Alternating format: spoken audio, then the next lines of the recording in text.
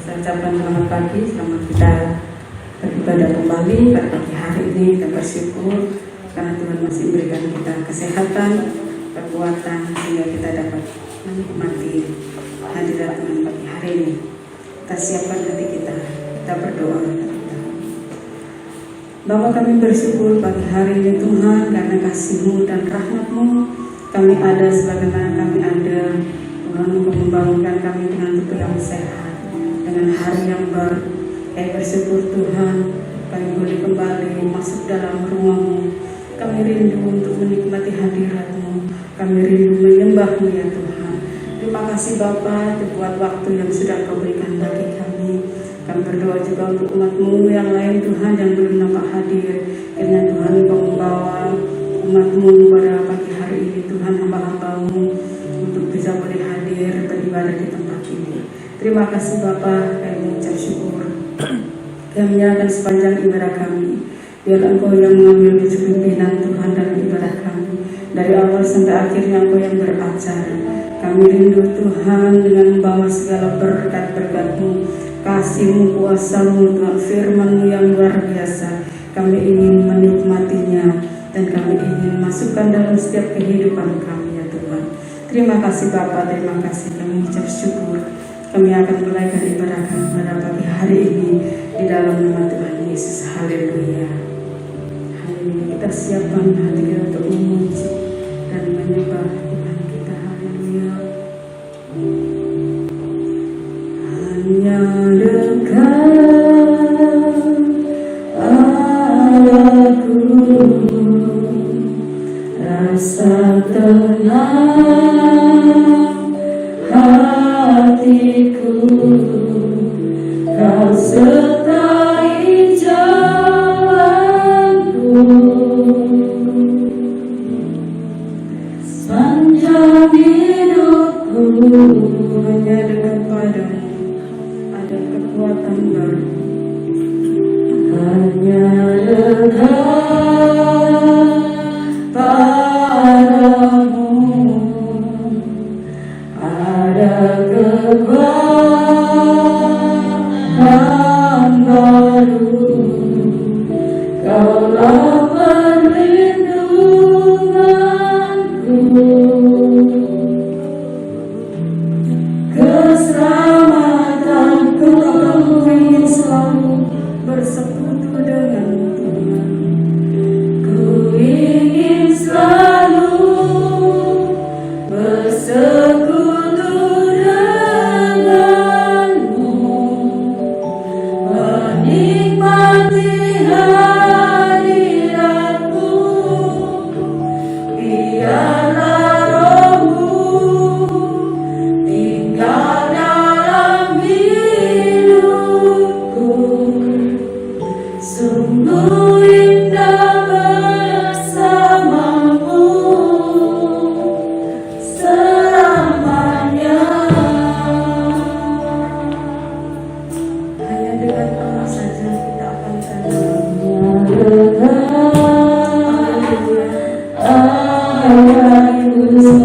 dengan Allah kita rasa tenang. Kita bisa merasakan ketenangan dari demi sejahtera Allah dalam kehidupan Allah. Haleluya. Sepanjang hidupku hanya dekat Padamu Tuhan, ada kekuatan yang baru. Hanya dekat Padamu ada kekuatan baru. Kaulah perlindunganku,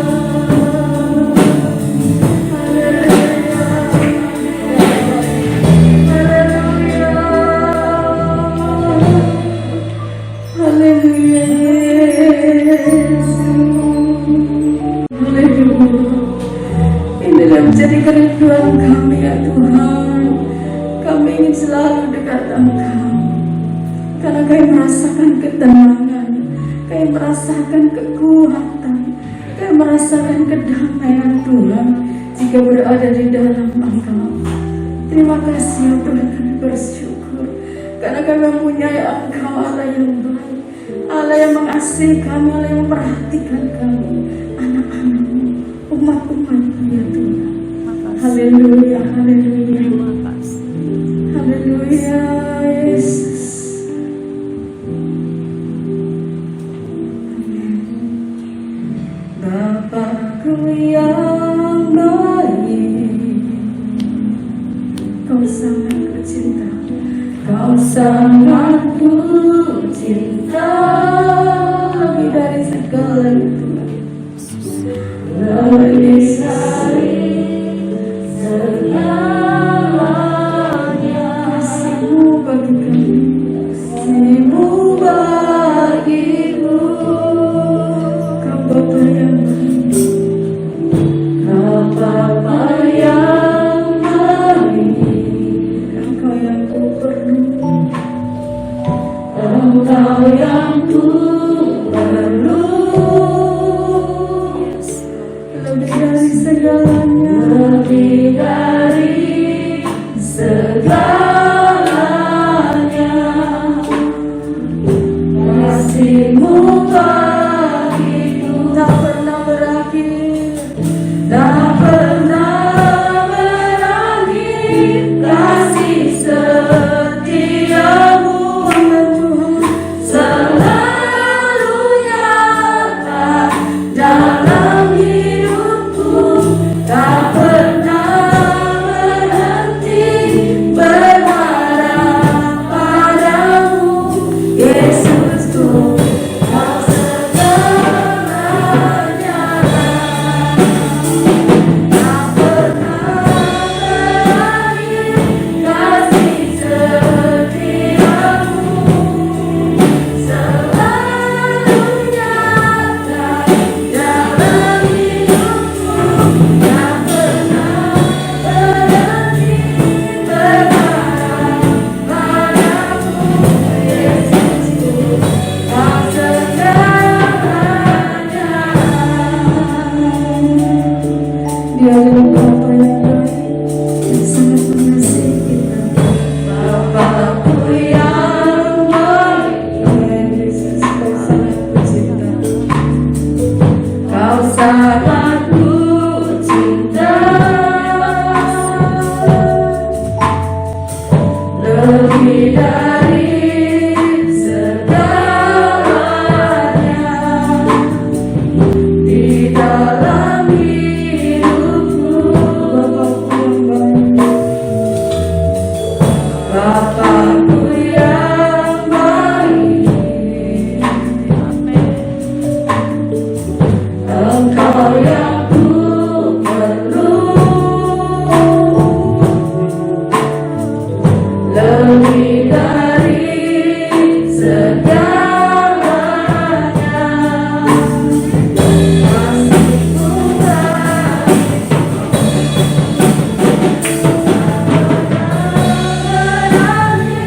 kasih setiamu selalu nyata dalam hidupku, tak pernah berhenti berharap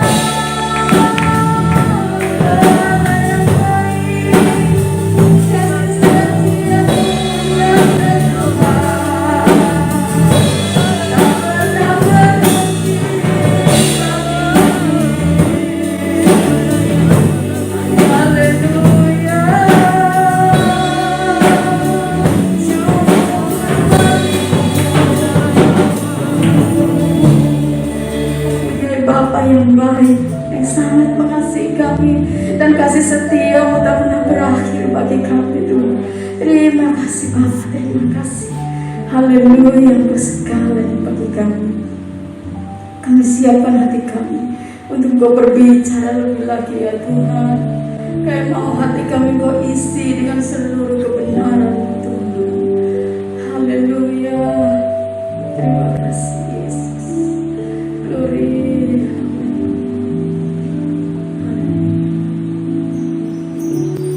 Engkaulah perisaiku.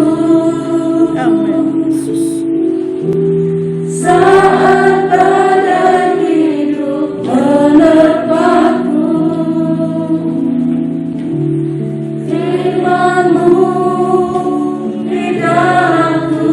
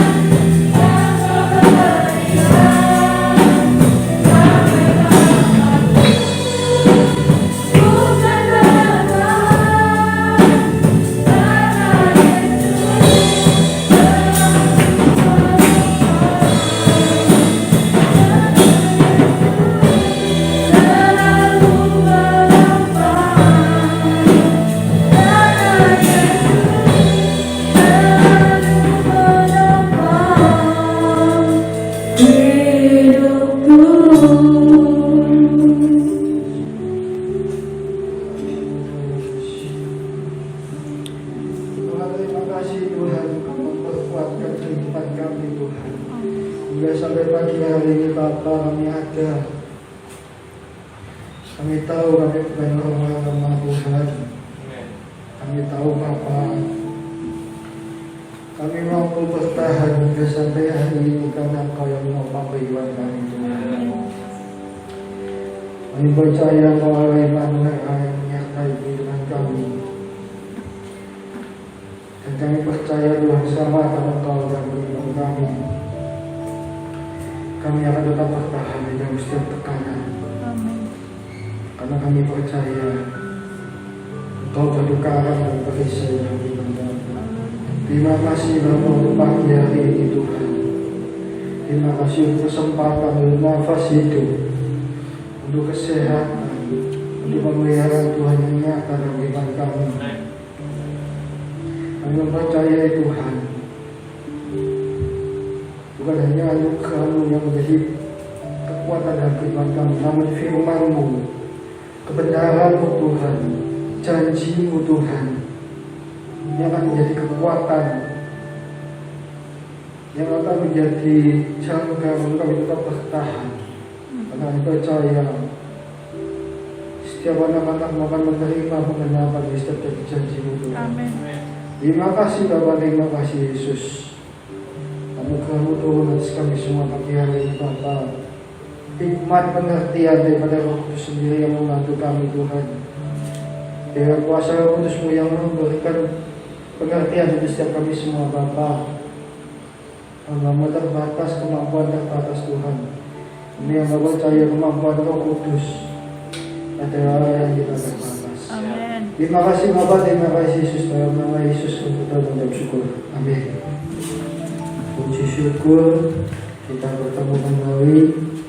Kita terasa benar kita masuk di akhir tahun 2020. Tahun di mana kita tidak pernah menyangka akan terjadi hal-hal yang di luar prediksi kita. Bahkan dunia memprediksi di luar ini tidak ada seorang pun yang bisa memprediksi yang terjadi hari ini. Namun satu hal yang bisa diprediksi bahwa semuanya tetap ada dalam koridor dan rencana Tuhan. Amin.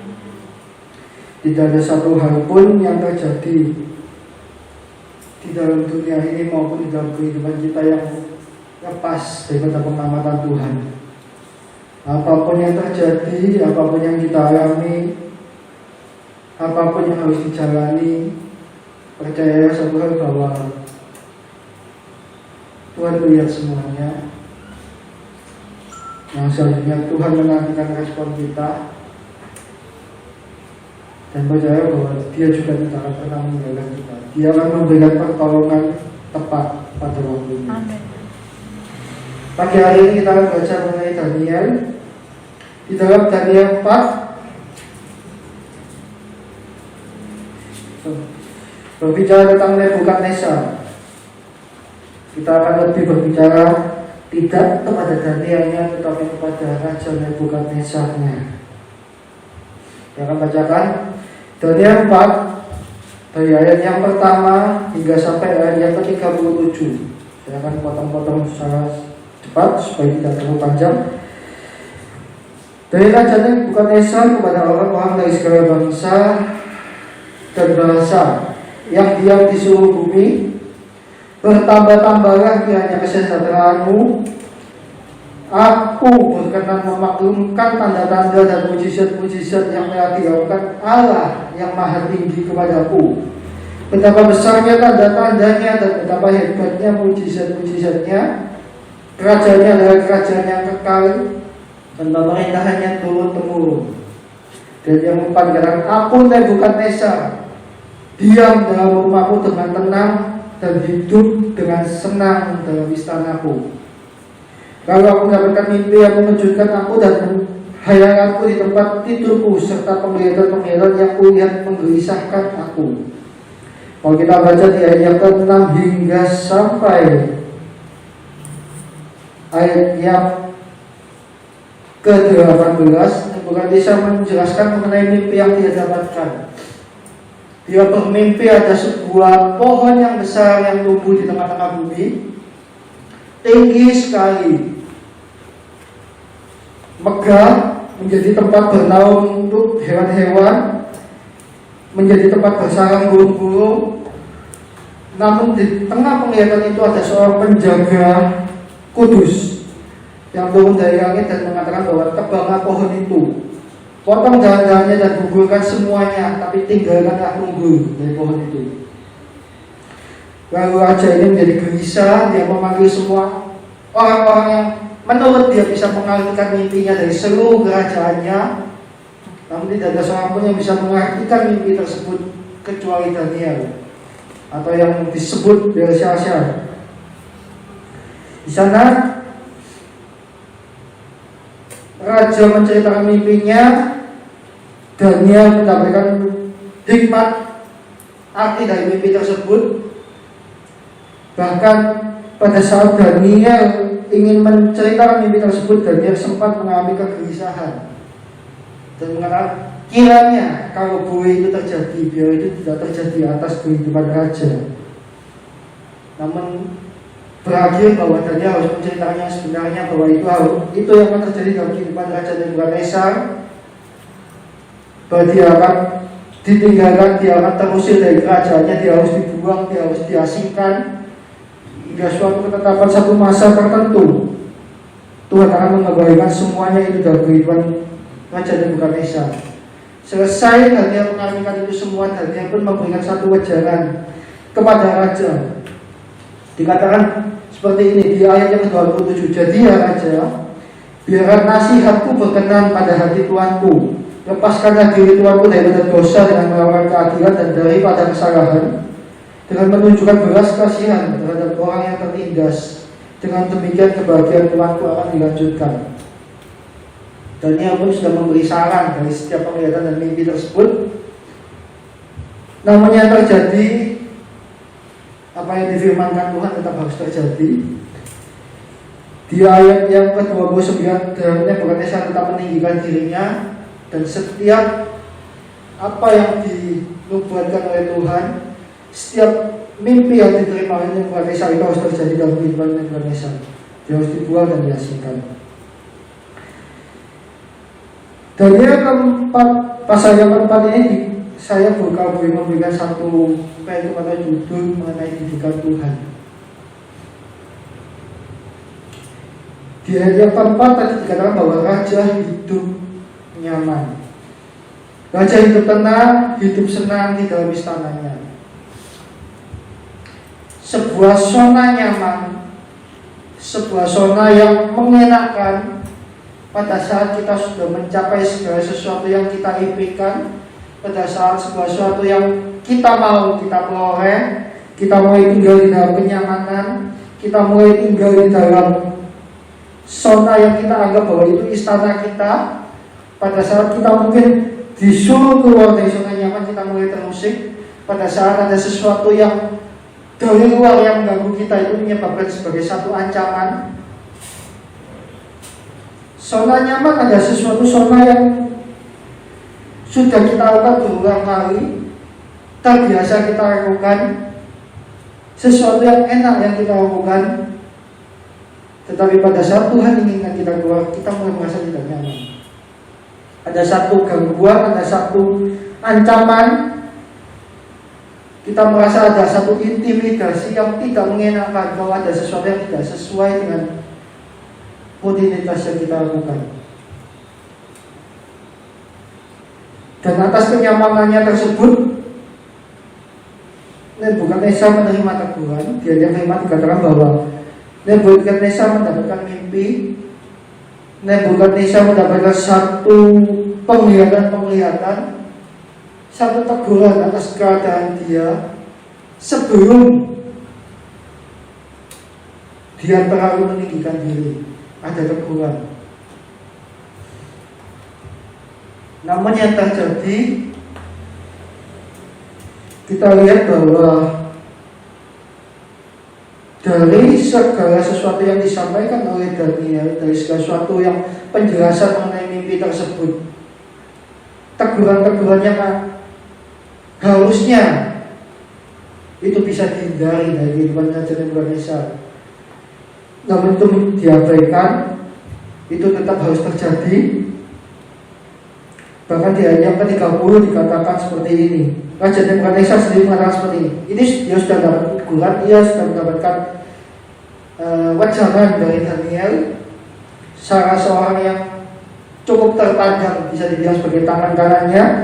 Namun yang terjadi di ayat ke-30 dikatakan seperti ini. Berkata raja, bukankah itu Babel yang besar itu, yang dengan kekuatan kuasaku dan untuk kemuliaan kebesaranku telah aku bangun menjadi kota kerajaan. Didikan Tuhan akan menyebabkan ketidaknyamanan. Raja Nebukadnezar mungkin terlalu lama berada di zona nyaman, terlalu lama di istananya, sehingga dia menganggap bahwa dialah yang paling berkuasa, dialah yang terhebat, dialah yang tertinggi, dan dialah yang terbesar. Bahkan dia mulai menunjukkan arogansinya di ayat 30, bahwa semuanya itu karena kehebatannya, semuanya karena kebesarannya. Dia mulai menunjukkan kesombongannya, mulai menunjukkan kecongkakannya. Seperti yang kita tahu bahwa hal yang paling dibenci dan hal yang paling tidak disukai oleh Tuhan ya kesombongan. Bahkan itu menjadi musuh utama Tuhan di dalam setiap kehidupan orang-orang percaya. Tuhan membenci orang yang congkak, Tuhan membenci orang yang sombong. Kenapa Tuhan membenci orang yang sombong? Yang pertama, kesombongan itu bisa membuat orang menjadi bodoh. Dalam 1 Samuel 13 ayat 13 dikatakan seperti ini. 1 Samuel, kita bacakan di dalam 1 Samuel 13 ayat 13. Kata Samuel kepada Saul, perbuatanmu itu bodoh. Engkau tidak mengikuti perintah Tuhan Allahmu yang diperintahkannya kepadamu. Sebab setidaknya Tuhan mengokohkan kerajaanmu atas orang Israel untuk selama-lamanya. Siapakah Saul? Dia adalah raja dari Israel. Siapakah dia? Dia adalah orang pertama yang dipilih menjadi raja. Raja pertama di Israel yang dipilih Tuhan secara khusus. Namun karena dia merasa bahwa dia raja, dia mampu melakukan sesuatu, dia berbuat sesuatu tanpa menunggu Tuhan. Dan yang terjadi karena bahwa perbuatannya itu bodoh. Keakuan dan kesombongan dia sebagai raja menyebabkan dia menjadi bodoh. Berapa banyak anak-anak Tuhan yang begitu dia mulai memegang kekuasaan, begitu dia mulai memegang kekayaan, dia mulai memegang jabatan, yang terjadi bukan menjadi semakin pintar, semakin rendah hati, tapi justru menjadi semakin bodoh. Sudah punya pasangan hidup, sudah punya istri,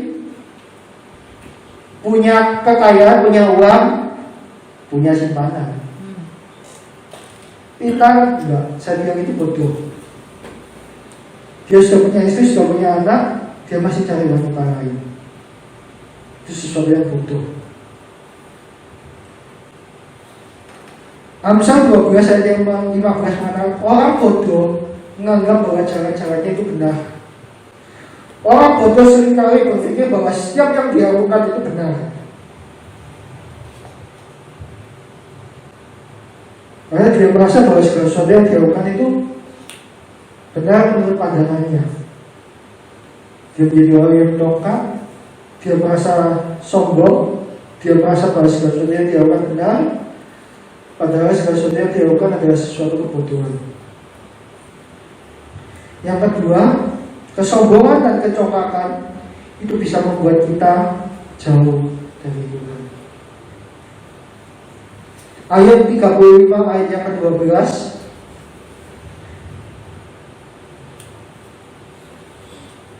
saya akan bacakan dalam ayat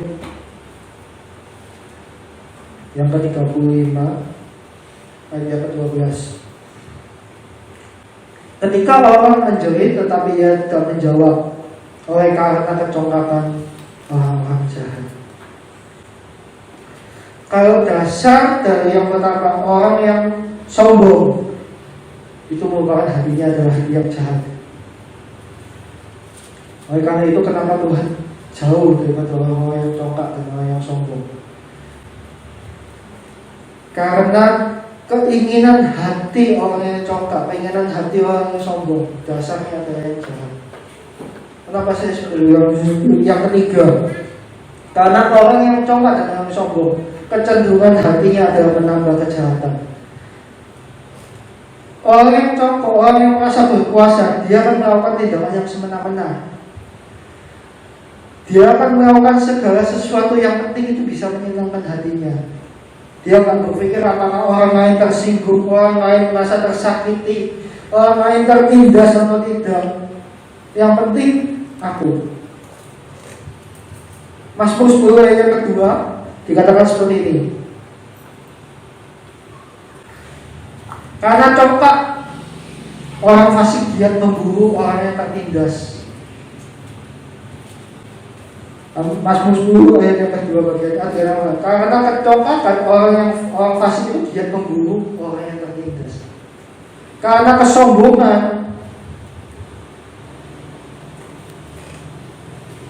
itu kenyamanan untuk menindas orang.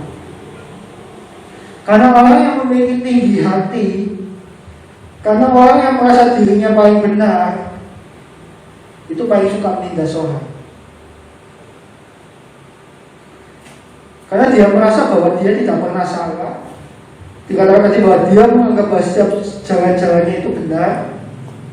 Dia tidak mempan terhadap teguran orang, karena merasa diri sudah paling benar.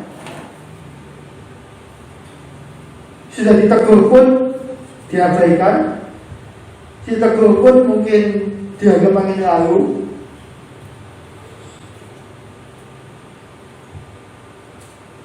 Dan yang terakhir, orang yang congkak dan orang yang sombong, orang itu paling mudah dan yang paling disukai oleh iblis, karena orang tersebut bisa dipakai sebagai alat iblis.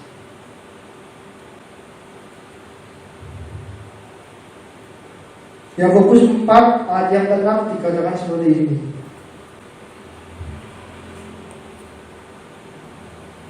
Tetapi kasih karunia yang dianugerahkan kepada kita lebih besar daripada itu. Karena itu Yesus katakan Allah menentang orang yang congkak, tapi mengasihi orang yang rendah hati. Karena dia menentang orang-orang yang sombong.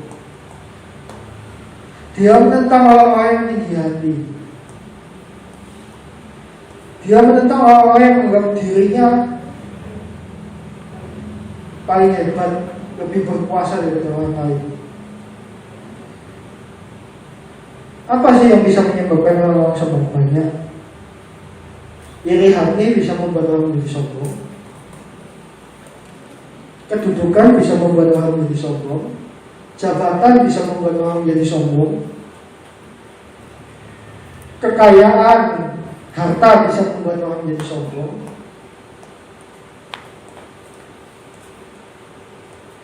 Kemiskinan bisa membuat orang menjadi sombong. Tapi kalau bisa saya rangkum, dari semuanya itu yang menyebabkan orang menjadi sombong sebetulnya bukan jabatan, bukan harta, dan bukan kemiskinan, tapi karena hati orang itu jahat. Kalau hati orang itu baik, jabatan setinggi apapun, kekayaan seperti apapun, gak akan bisa merubah orang. Seperti yang saya katakan yang sebelum-sebelumnya, uang, harta, jabatan itu sebagai alat. Itu hanya benda mati. Kekayaan dan uang itu benda mati. Uang 100 juta di tangan si A dan uang 100 juta di tangan si B akan menghasilkan sikap yang berbeda. Uangnya sama, nominalnya sama, diletakkan di tempat yang sama, ditaruh di orang yang berbeda akan menghasilkan sikap hati yang berbeda.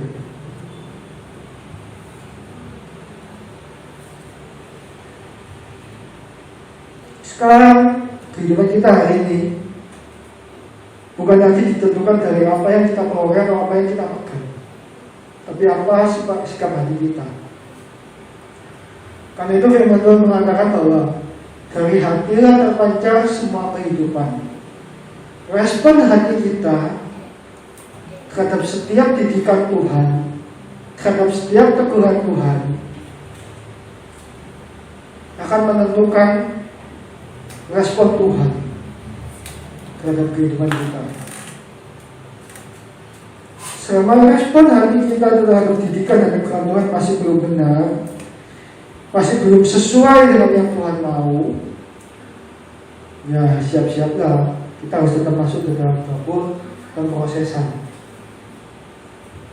Demikian juga Raja Nebukadnezar. Saya yakin satu hal bahwa Tuhan mengasihi orang ini, Tuhan ingin mendidik orang ini, bahkan melalui orang ini Tuhan ingin memberikan contoh kepada generasi-generasi selanjutnya bahwa Tuhan sanggup, Tuhan mampu, dan Tuhan berdaulat untuk merendahkan siapapun orang yang perlu dia didik.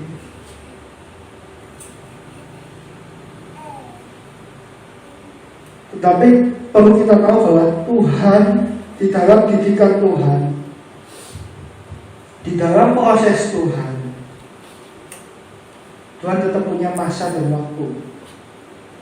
Tuhan yang menentukan masanya untuk pemulihan itu boleh terjadi. Tuhan yang punya waktu atas semuanya. Namun satu hal yang kita tahu bahwa tujuan dari semua yang terjadi atas Raja Nebukadnezar bukan untuk membinasakan. Setiap proses yang kita alami di dalam Tuhan hari-hari ini, apapun yang terjadi, suka duka, pahit dan manis yang terjadi, lembah kekelaman sekalipun, tujuan yang Tuhan inginkan dalam kehidupan kita bukan untuk membinasakan kita. Kalau kita tahu akhir dari kehidupan Nebukadnezar, di ayat yang ke-34 dikatakan seperti ini. Tetapi setelah lewat waktu yang ditentukan, ada waktu yang ditentukan oleh Tuhan untuk setiap proses, dan kita nggak pernah bisa tahu waktu itu. Yang tahu itu hanya Tuhan sendiri. Raja Nebukadnezar pun pada saat dia diasingkan, dia harus dibuang, dia harus menjadi miskin, dia harus tinggal di tengah-tengah binatang, dia nggak pernah tahu berapa lama waktu itu selesai. Tapi satu hal yang kalau kita boleh tahu di sini dikatakan, tetapi setelah lewat waktu yang ditentukan, dia mengakui, aku Nebukadnezar menghadap ke langit dan akal budiku kembali kepadaku. Lalu aku memuji yang maha tinggi dan membesarkan dan memuliakan yang hidup kekal itu, karena kekuasaannya ialah kekuasaan yang kekal dan kerajaannya turun-temurun. Semua penduduk bumi dianggap remeh. Ia berbuat menurut kehendaknya terhadap bala tentara langit dan penduduk bumi, dan tidak ada seorang pun yang menolak tangannya dengan berkata kepadanya, apa yang kau buat? Pada waktu akal budiku kembali kepadaku, dan kembalilah juga kepadaku kebesaran dan kemuliaanku untuk kemasyuran kerajaanku. Para menteriku dan pembesarku menyebut aku lagi, aku dikembalikan kepada kerajaanku, bahkan kemuliaan yang lebih besar dari dahulu diberikan kepadaku. Jadi sekarang aku Nebukadnezar memuji, meninggikan dan memuliakan Raja surga, yang segala perbuatannya adalah benar dan jalan-jalannya adalah adil, dan yang sanggup merendahkan mereka yang berlaku dosa.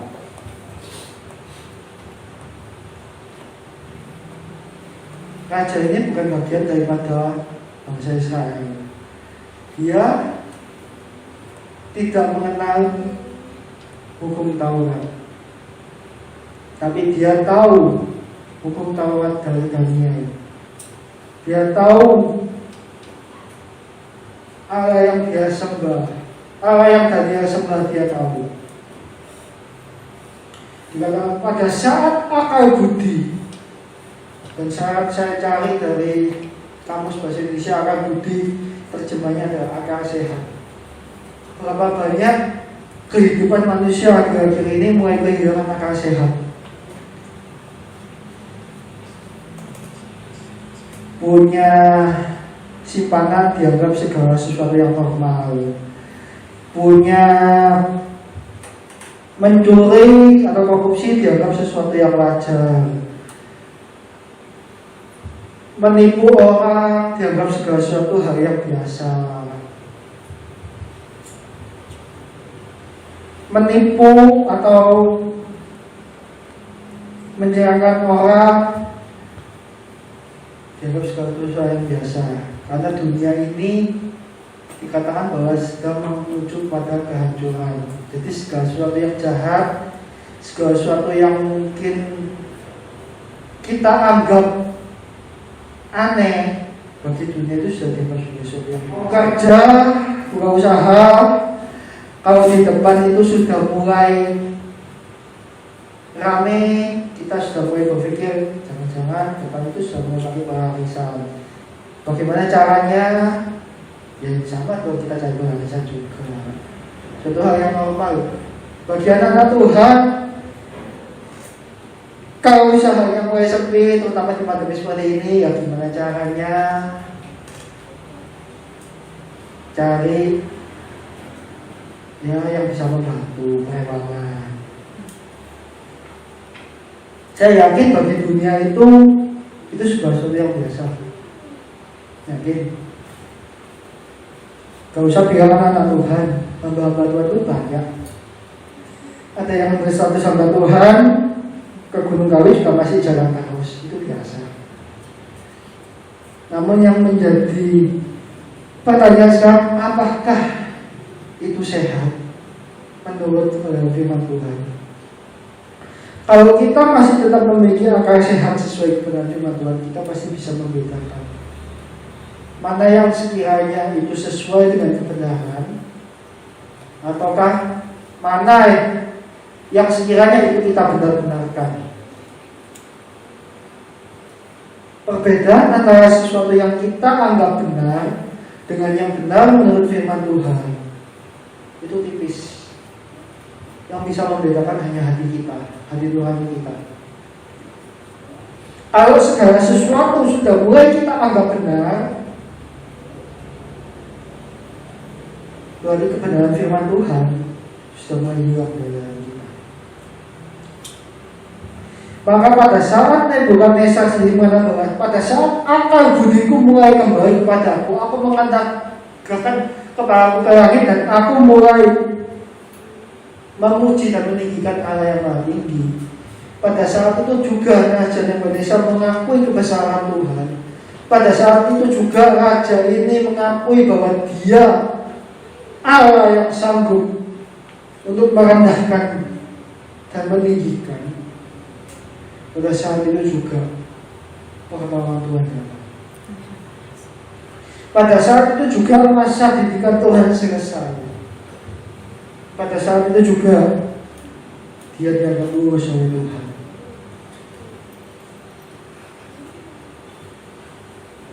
Sekarang semuanya kembali kepada tujuan kita sendiri. Seperti yang saya tadi katakan bahwa didikan dan proses Tuhan, kepahitan yang kita alami, kesengsaraan yang kita jalani, lembah kelam yang harus kita lewati, itu adalah proses Tuhan. Apakah kita menganggap bahwa itu proses Tuhan, atau kita menganggap bahwa itu hukuman Tuhan, ataukah justru kita menganggap bahwa Tuhan itu jahat sehingga kita harus melewati itu semua? Kembali kepada respon hati kita. Karena di dalam proses Tuhan, untuk kita cepat lulus, untuk kita cepat selesai, di ayat ke-34 dan dikatakan kita perlu kerendahan hati.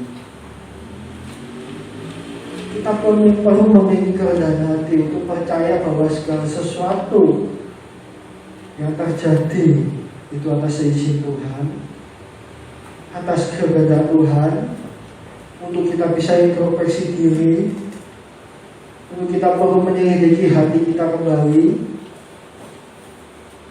untuk perlu kita menyadari bahwa ini proses Tuhan untuk membuat kita semakin bergantung sepenuhnya pada Tuhan. Itu semua perlu kerendahan hati. Untuk perlu mengakui dan mengucap syukur atas segala sesuatu yang terjadi dalam kehidupan kita bahwa Tuhan itu baik. Itu perlu kerendahan hati. Kalau toh apapun yang terjadi dalam kehidupan kita pada hari ini, detik ini, kita masih bisa bilang bahwa Tuhan itu baik. Tuhan itu ajaib. Tuhan itu maha pemurah. Itu perlu kebesaran hati kita.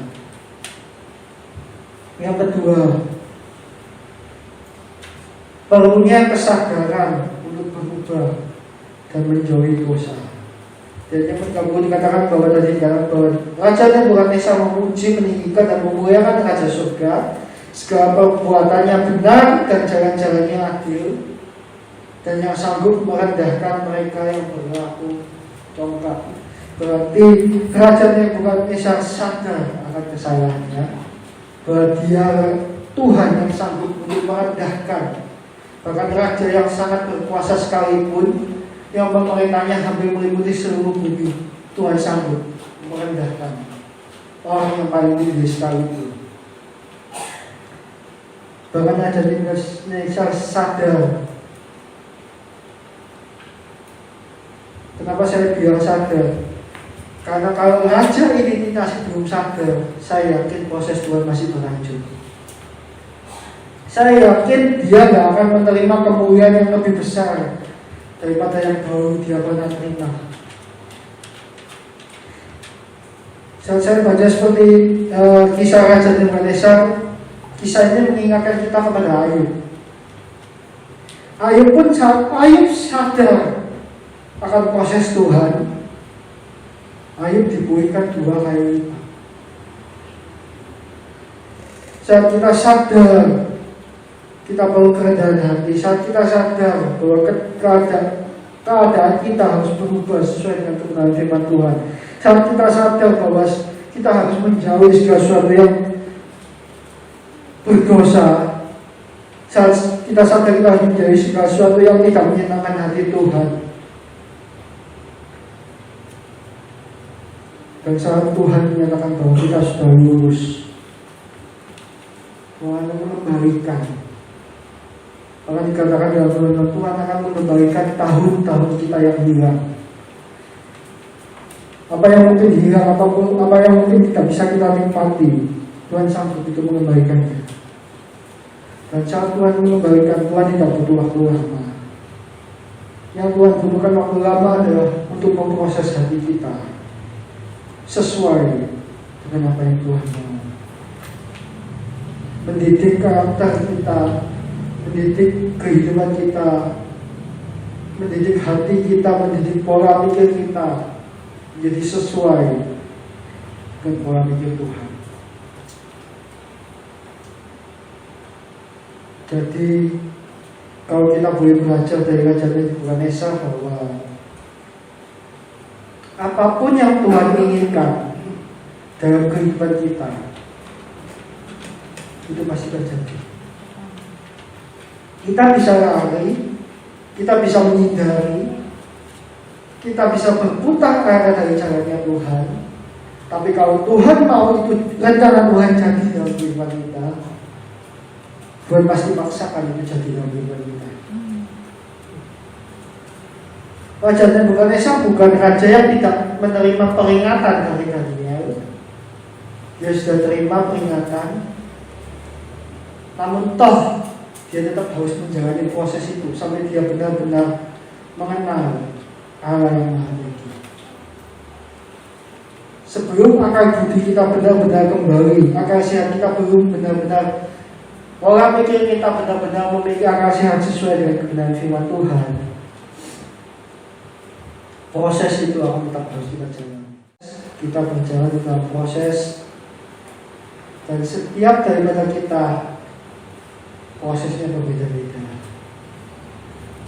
Tapi percayalah satu hal yang pasti, Kalau kita bisa melewati proses itu, kemuliaan yang lebih besar daripada yang dulu kita nikmati, itu sambut Tuhan berikan hari kita. Mungkin kita nggak bisa melihatnya saat ini. Mungkin yang kita lihat adalah jalan buntu. Mungkin yang kita lihat saat ini depan kayaknya bukan semakin terang, justru semakin gelap. Namun percayalah, justru di dalam kegelapan itulah seharusnya terang Tuhan semakin bersinar. Demikian juga kehidupan kita boleh belajar bahwa Tuhan membenci orang yang congkak, Tuhan membenci orang yang tinggi hati, Tuhan membenci orang yang sombong. Supaya proses Tuhan dalam kehidupan kita juga tidak terlalu lama, kita selidiki hati kita masing-masing. Kita minta bantuan Roh Kudus menjadi hati kita, dan kita segera mengisi hati kita. Semakin cepat kita membersihkan sesuatu yang kotor dalam kehidupan kita, semakin cepat pula proses Tuhan dalam kehidupan kita. Semakin lama kita menyimpan sesuatu yang kotor dalam hati kita, semakin lama pula proses Tuhan untuk Tuhan memandang kita. Terima kasih Tuhan memberkati saya dan bagaimana. Biar kita tidak tinggal dalam kesombongan, biar kita tinggal dalam kerendahan hatian. Sebab Allah menentang orang yang congkak. Jangan terus-menerus tinggal dalam zona nyaman, comfort zone. Saya lebih enak tidur, saya lebih enak tidak melayani, saya lebih enak di rumah, saya lebih enak begini Tuhan. Jangan sampai Tuhan berbuat sesuatu. Masih ada waktu, kita diingatkan terus. Karena Tuhan itu kasih, karena Tuhan itu cinta. Amin.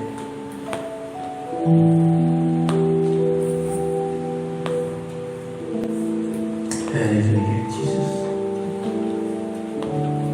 Engkaulah perisaiku.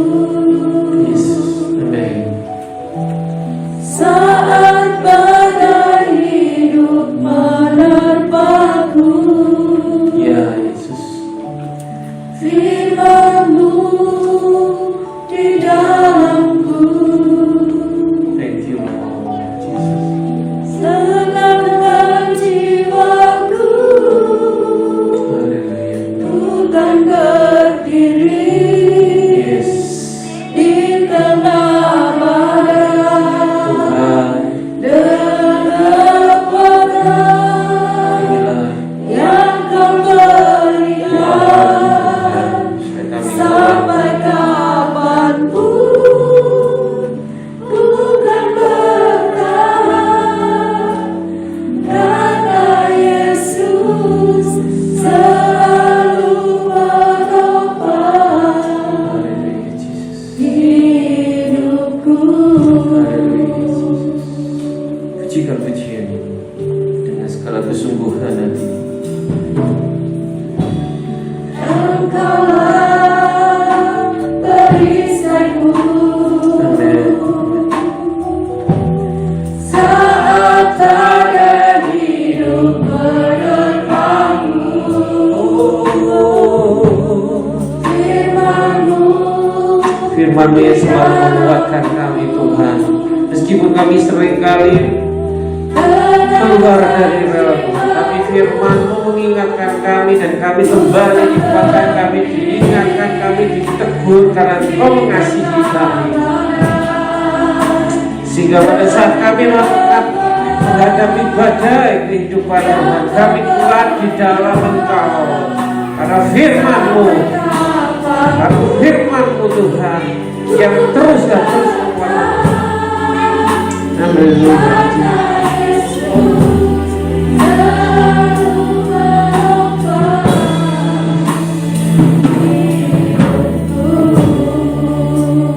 Engkaulah perisai, karena Engkau untuk pertahanan kami, Engkau gunung batu kami.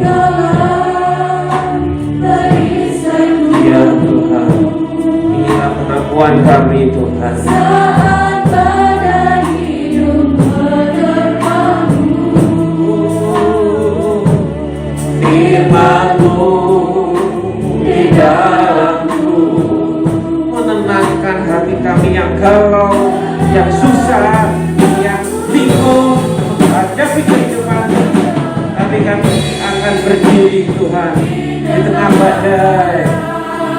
karena firman-Mu, karena Roh Kudus, karena Engkau ada di dalam kami Tuhan. Amin. Sampai kapanpun ku kan bertahan, karena Yesus selalu menolong. Ku kan bertahan dalam Tuhan. Ya Tuhan, itulah iman kami Tuhan. Percaya kami akan terus bertahan.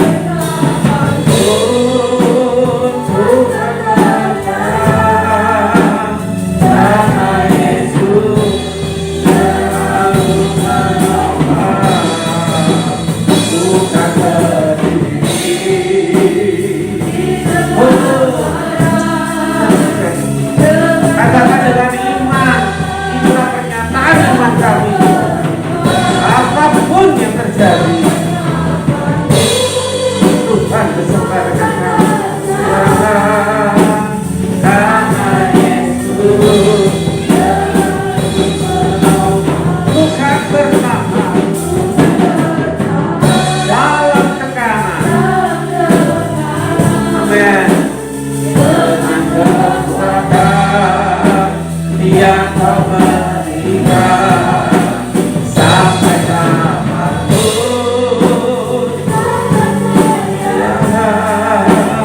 Karena Yesus selalu menolong, bukan berdiri. Bapak Ibu yang kasih, kita memasuki, kita masih menjalani pandemi. Kalau hari ini ada yang lemah, angkat tanganmu, katakan Tuhan, pegang tanganku. Kalau ada yang mengalami kelemahan, katakan Tuhan, kamu penjamahanmu. Dan kita akan melalui bersama Tuhan, kata Tuhan, aku akan berdiri di dalam Kau Tuhan, dengan kekuatan yang Kau berikan sampai kapanpun.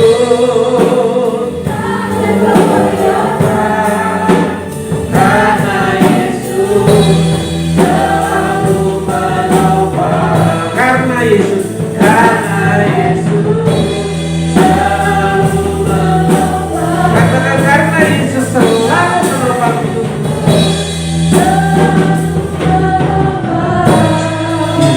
hidupku.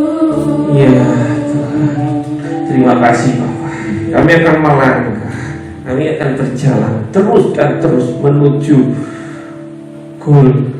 Kami akan menerima mahkota kemuliaan. Kami akan terus melekat pada pokok anggur yang benar, dan kami akan terus berjalan bersama Tuhan sampai waktunya tiba mahkota itu ada pada kami. Terima kasih Bapak untuk firman-Mu. Terima kasih Tuhan untuk firman-Mu. Terima kasih Tuhan untuk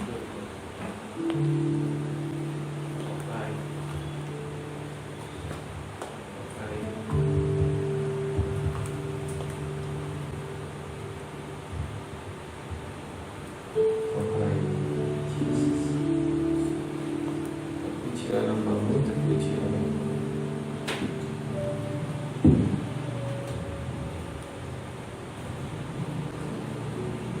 Berkati hamba-Mu Tuhan yang sudah menyampaikan firman-Mu, Pak Anja. Ialah hikmat yang daripada-Mu, pemeliharaanmu atas Anja dan keluarga sempurna. Dalam pekerjaannya, dalam pelayanan, apapun yang dikerjakan, Tuhan yang membuat berhasil. Amin. Bagi hamba-Mu lebih hari lebih heran karena Tuhan yang ada di dalam beliau itu. Terima kasih Tuhan, tetap beri kerendahan hati sehingga terus Tuhan Kau pakai hamba-Mu sampai Maranatha, sampai Tuhan datang kedua kali.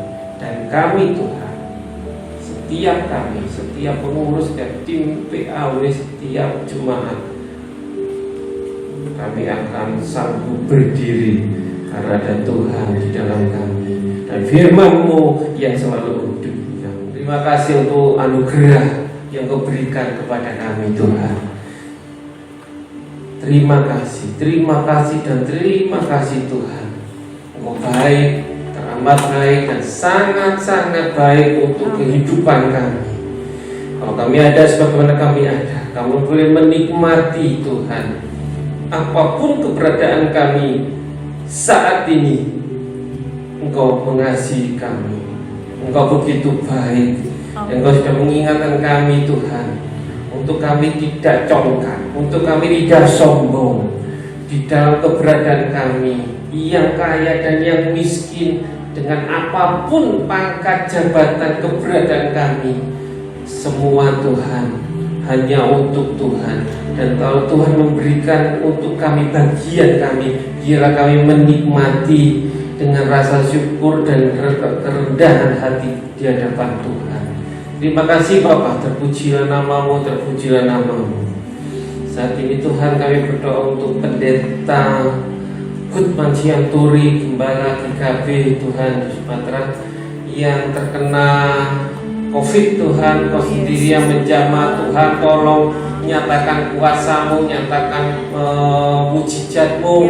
Kiranya Tuhan menjamah tangan-Mu, juga menjamah di Sumatera sana Tuhan, sehingga Tuhan beliau boleh melayani kembali, beliau boleh memberitakan Injil Tuhan, sehingga masyarakat di Sumatera boleh mendengar dari mulut beliau mujizat yang dari Tuhan, penyertaan Tuhan ada dan sempurna untuk kehidupannya Tuhan.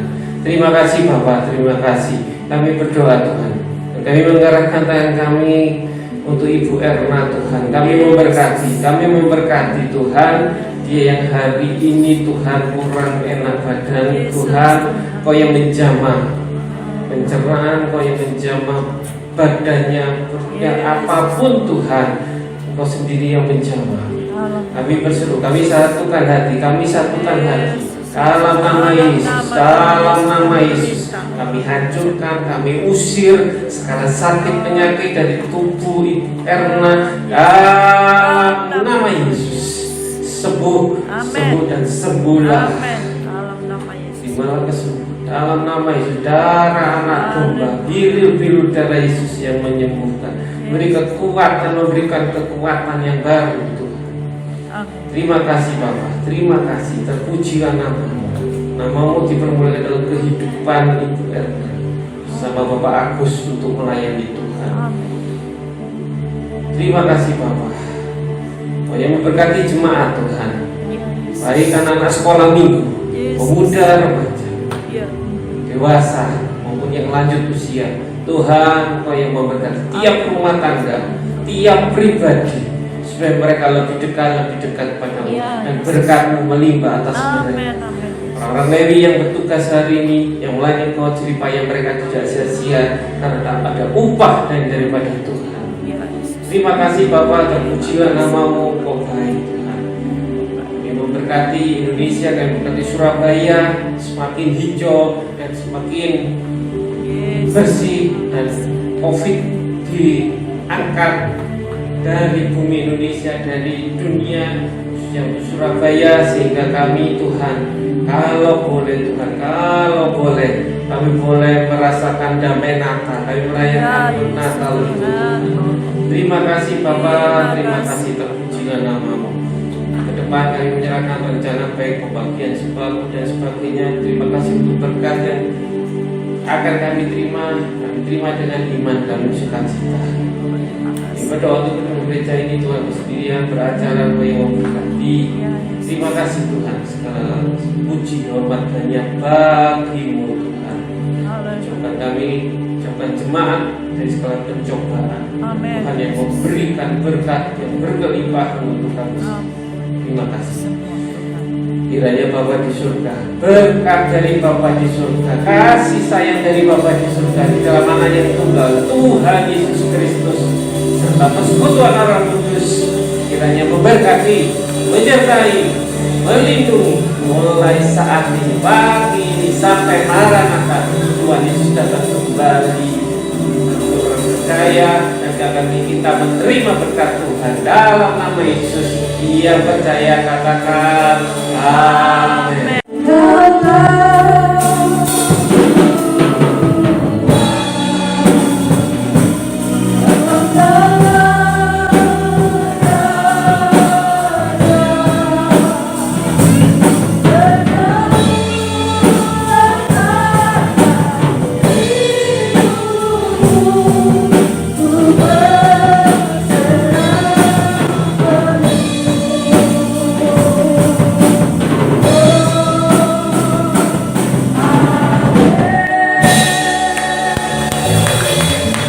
Bulan nomor